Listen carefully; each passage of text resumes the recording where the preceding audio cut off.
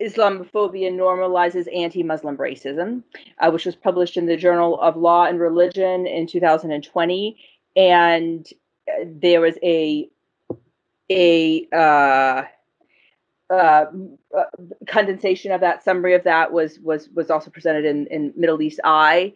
And so it's, of course, it's not, I don't have a blanket argument against the very idea of defining Islamophobia, but what I'm going to be talking about today is something that's happening in the very UK specific context and in the context in the aftermath or that the ongoing challenge presented by the IHRA definition of anti-Semitism, I guess, with which anyone who is based in the UK will have heard of that, and that's the background from which I approach this issue. So again, it's a very specific kind of context, which I'll explain this definition in just a second. But yeah, I just wanted to say that my so I'm also talking about the idea of the definition of anti-Semitism, not as a kind of enterprise to just define the experience of anti-Semitism, but specifically to do it within a governmental context, an institutional context. And so that's where this IHRA definition of anti-Semitism comes in,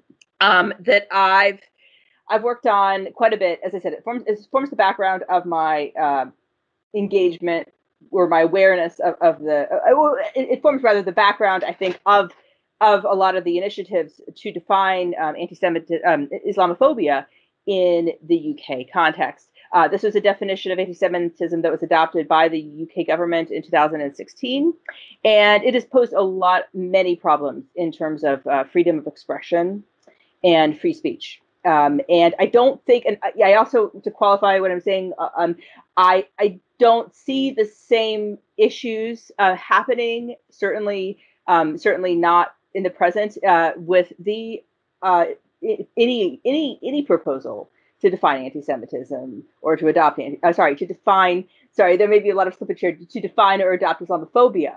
I do think it is a different case. But that said, I think the experience of how this new definition of anti-Semitism has been operationalized within UK universities and UK governmental context can be very instructive for anyone who is engaged with definitions of Islamophobia, particularly definitions that are being called on to be adopted by governments and public institutions. I think there's a lot to be learned from that example.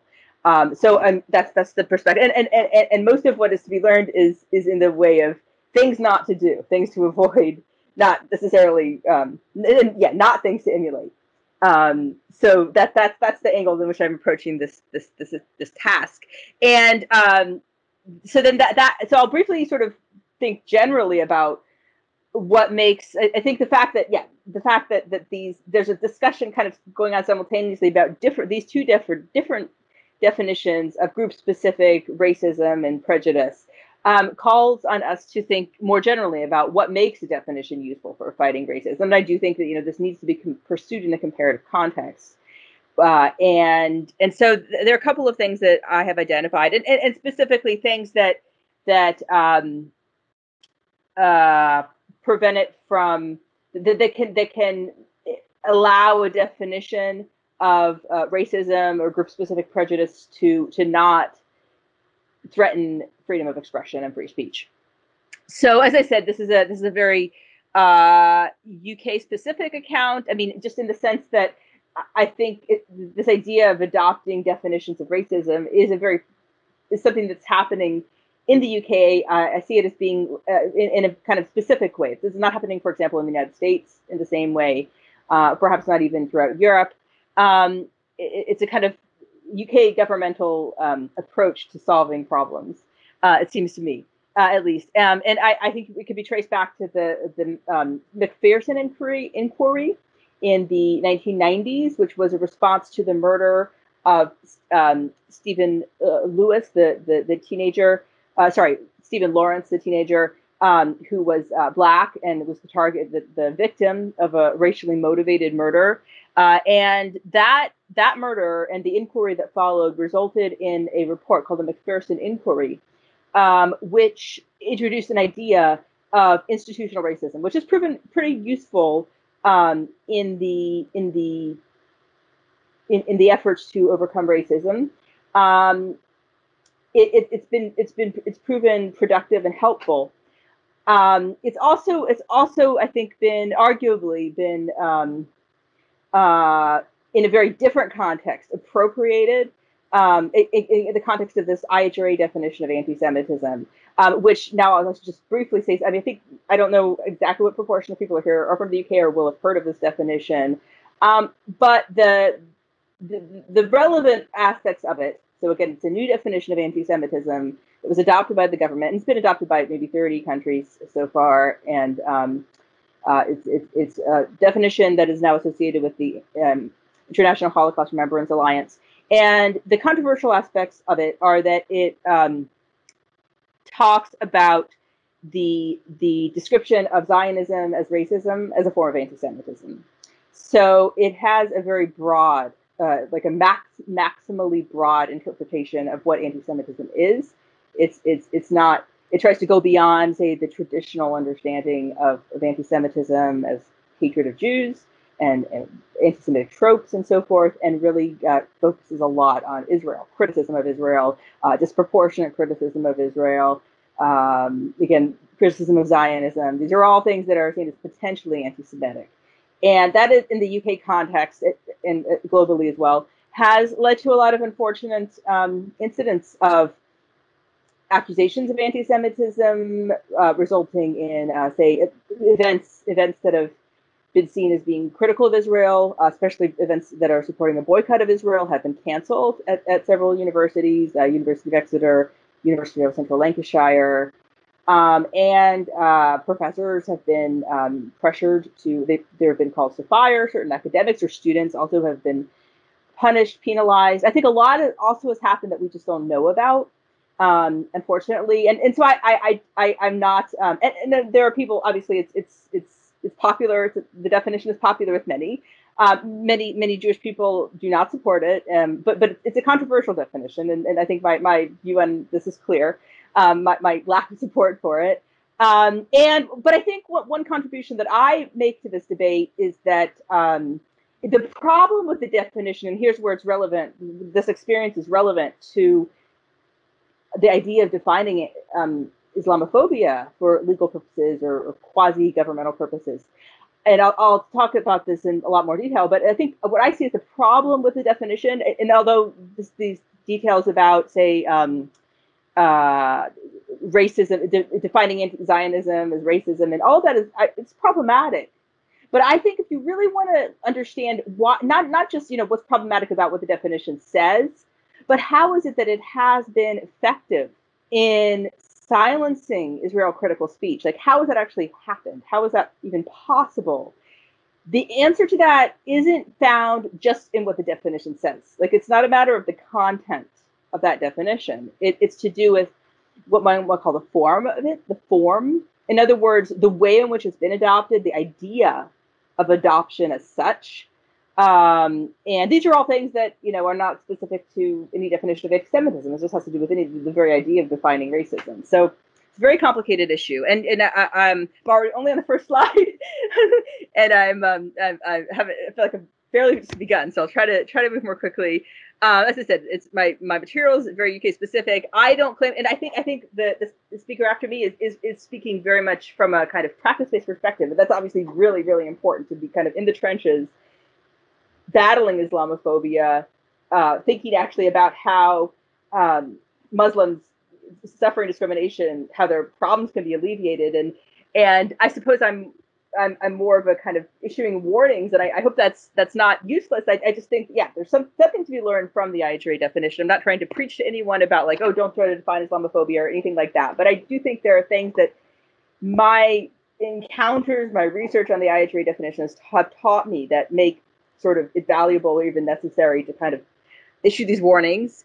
And I just think the other thing about it, we need to think also about free speech for a second, and realize that as much as I think it's so important that a conference is being convened on free speech in this context in Islam, Because the problem is, and I think anyone again who lives in certainly the UK or any, especially liberal democracies, will be aware. I mean, it's often promoted as a free speech is often promoted as such a universal value that everyone believes in, and it's very easy to promote free speech in the abstract. Very easy to it's very common, it's kind of very much of a cliche, right? To say, oh, I support free speech. Who doesn't support free speech? But when views that when the support of free speech means, you know, allowing for views that challenge what we believe in and our most dearest identities and values, it tends to be forgotten. It tends to become something else. So it can be very easily manipulated. I think free speech is one of the most manipulatable concepts or values out there. So that's also part of the problem with dealing with to let the defense of free speech not just be a kind of cliche, but actually something that's foundational to any definition of racism, I think should be the task. So just a couple of points about what would make a good definition. I think one could say that it's contradictory, right? So, and it should be as generalizable as possible. With that said, I think it also needs to be as malleable. So that's the first point on the screen, generalizable as possible. The third point, it should be as malleable as possible according to the context of its application. One thing that we see a lot very concretely in the IHRA definition is that this is a definition that was developed in the early 2000s for persecuting hate crimes. In other words, it was intended for kind of police usage, classifying whether an event that had already occurred could be classified retrospectively as anti-Semitic. It wasn't intended to be adopted as a speech code by universities, and yet now that is what's happening. And the government has even threatened that universities that don't adopt this definition, that don't, accept and implement the assertion that the criticism of Zionism can be a kind of racism, are going to have their funding withdrawn, right? And it's a really shocking kind of misappropriation of what was in the mind of the main person, Ken Stern, who drafted this definition. And so there has to be some way of guarding against that in any valid definition. But that's it. It's easier said than done. But focus on core rather than peripheral features of the racism. And then I think, how we can operationalize it. Definitions that are excessively context specific. That's just the problem with definitions, as I mentioned earlier.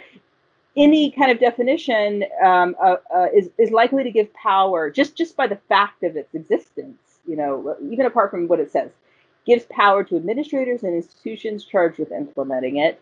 And then I think this is an important point in the context of Islamophobia.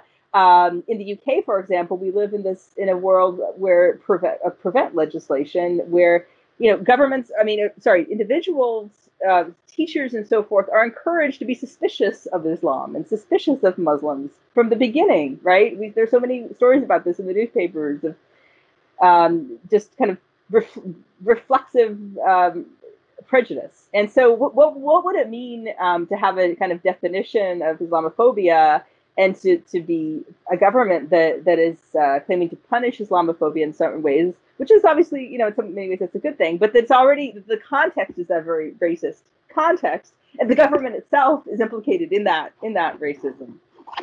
Very difficult to think about. Okay, so just to get to the definitions, a few definitions of racism.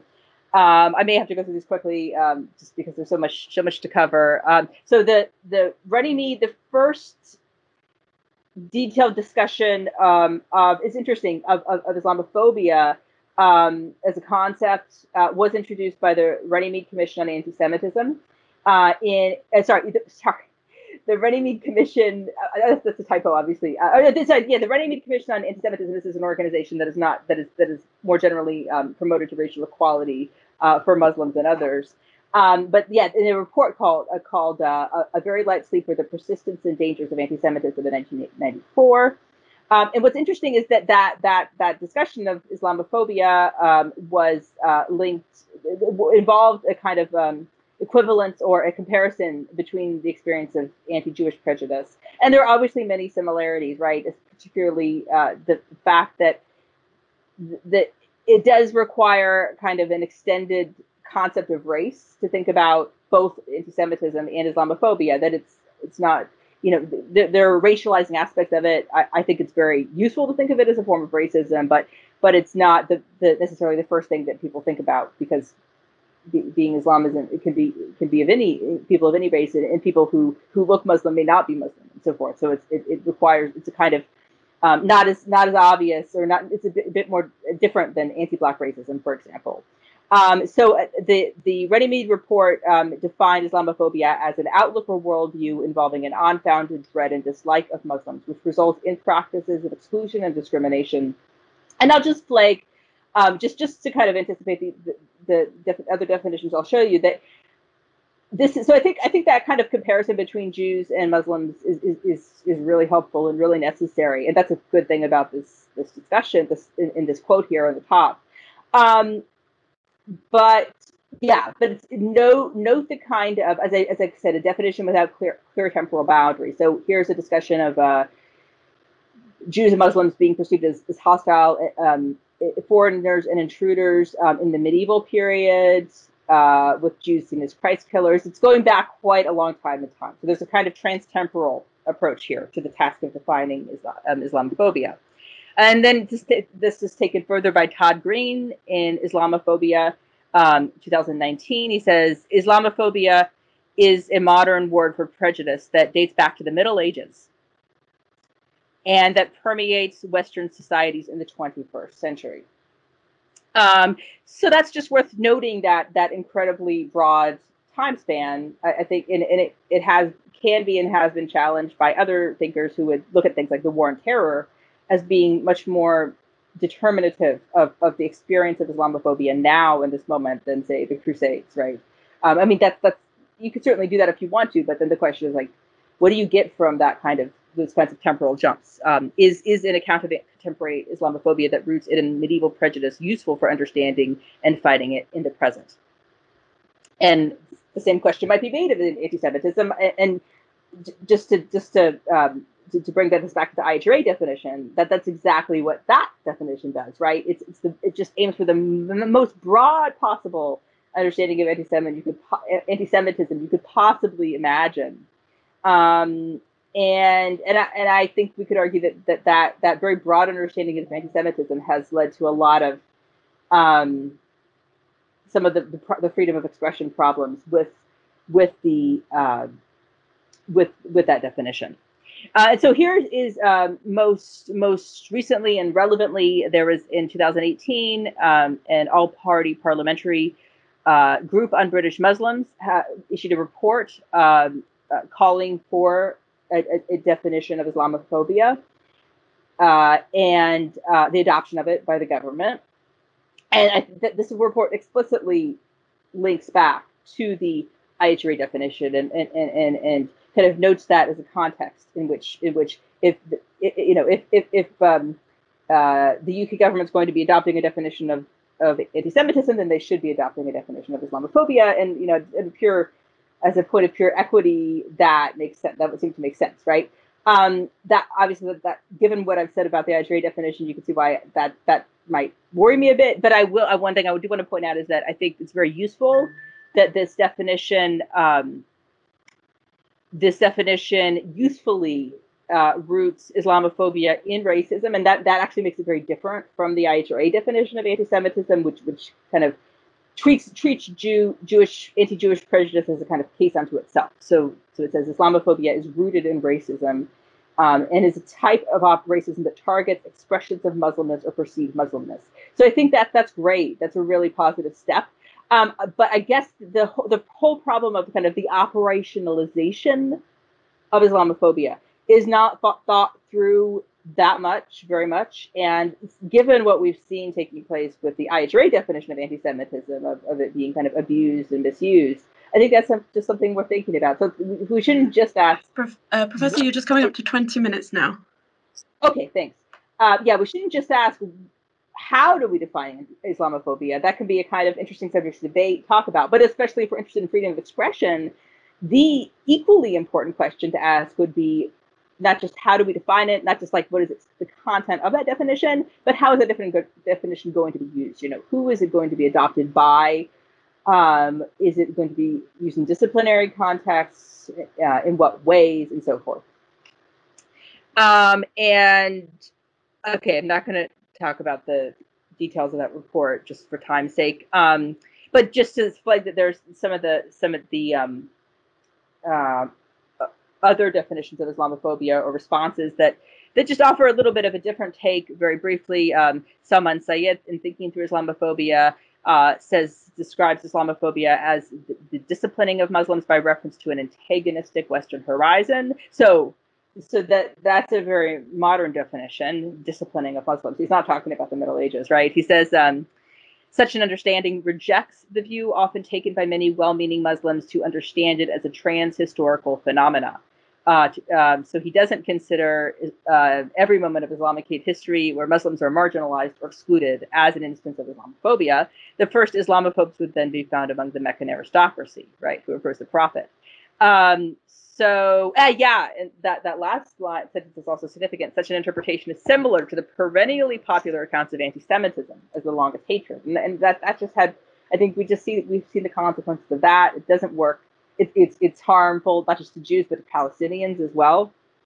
So I think that's one reason why I would kind of advocate a specific a definition, if possible, focus on contemporary experiences. And then there's another definition that also follows on that by in the book What is Islamophobia, which I really recommend. And just to skip forward, since I have only a few minutes left, I would just point to a response quickly to one way in which I think the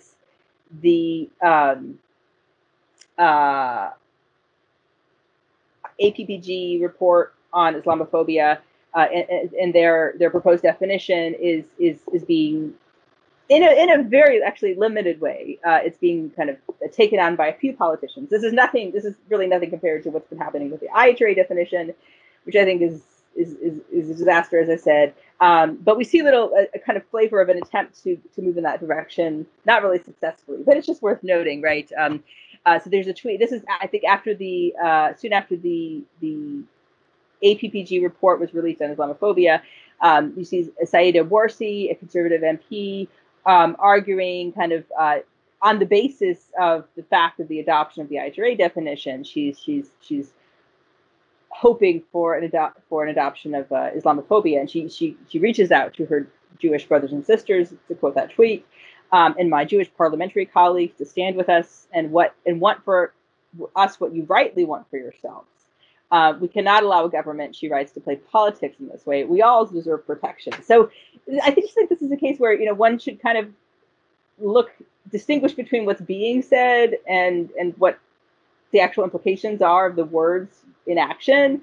It's a very sensible thing to kind of want to find solidarity between Jewish and Muslim peoples, but she's protesting against the rejection of the government of the definition of Islamophobia. And then looking at how you could see from the newspaper headline, Jewish groups welcome government calls for universities to adopt IHRA definition of anti-Semitism, as if that was a good thing, as if that was something to be supported. And I think that there are other ways to look at that. I guess I had also an example of, and yes, another thing. So as I mentioned, I'm not going to go into this example in detail, but it was an exchange between the Labour MP, Jess Phillips, in which she kind of seems to be very convinced that she knows what Islam is. She's telling a Muslim, in fact, that he's a bad Muslim. I could post this elsewhere if people are interested. But anyway, just in short exchange, she tells them that I want to protect you. I want to protect the Muslim community. She doesn't like the fact that he's protesting against same-sex marriage. But it's just an interesting case of what happens when a government becomes very, very tied, a secular government, tied to a very specific notion of what Islam is and should be, and kind of even tries to educate Muslims into that, right? So that there are good and bad Muslims. And it seems to me there's a danger. A definition of Islamophobia necessarily defines Muslims, and so also encourages the government to think in normative terms about what a Muslim is and is not. And when asked, I guess and I'm just about out of time too. So, what I think we should be asking, like, is that really what we want our governments to do, especially governments like secular governments that aren't really committed to Islam in any way? Could that not also backfire? And am I? Yeah, I just have a minute or two, or yeah. Just if you could just wrap up, just a minute or so.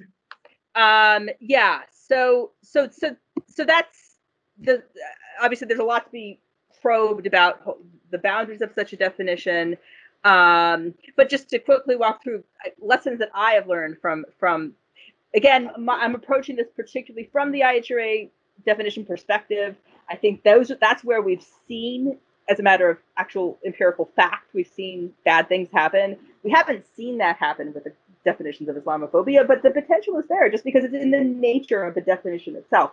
And so I would say, I think basing a definition around hate crime, right, around acts rather than words and attitudes, it should be the foundation for a really productive definition that protects people, protects Muslims without criminalizing freedom of expression.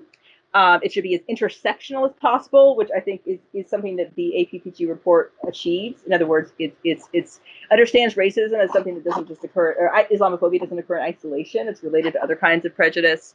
And that's I won't go into every little detail. I'll just end with right. I mean, I have a list here of other things I've published on the IHRA definition of anti-Semitism, and I just mentioned quickly that I'm now working on a book about the IHRA definition, but also thinking through the implications of that for the any definitions of Islamophobia for Verso, which should be out in 2022.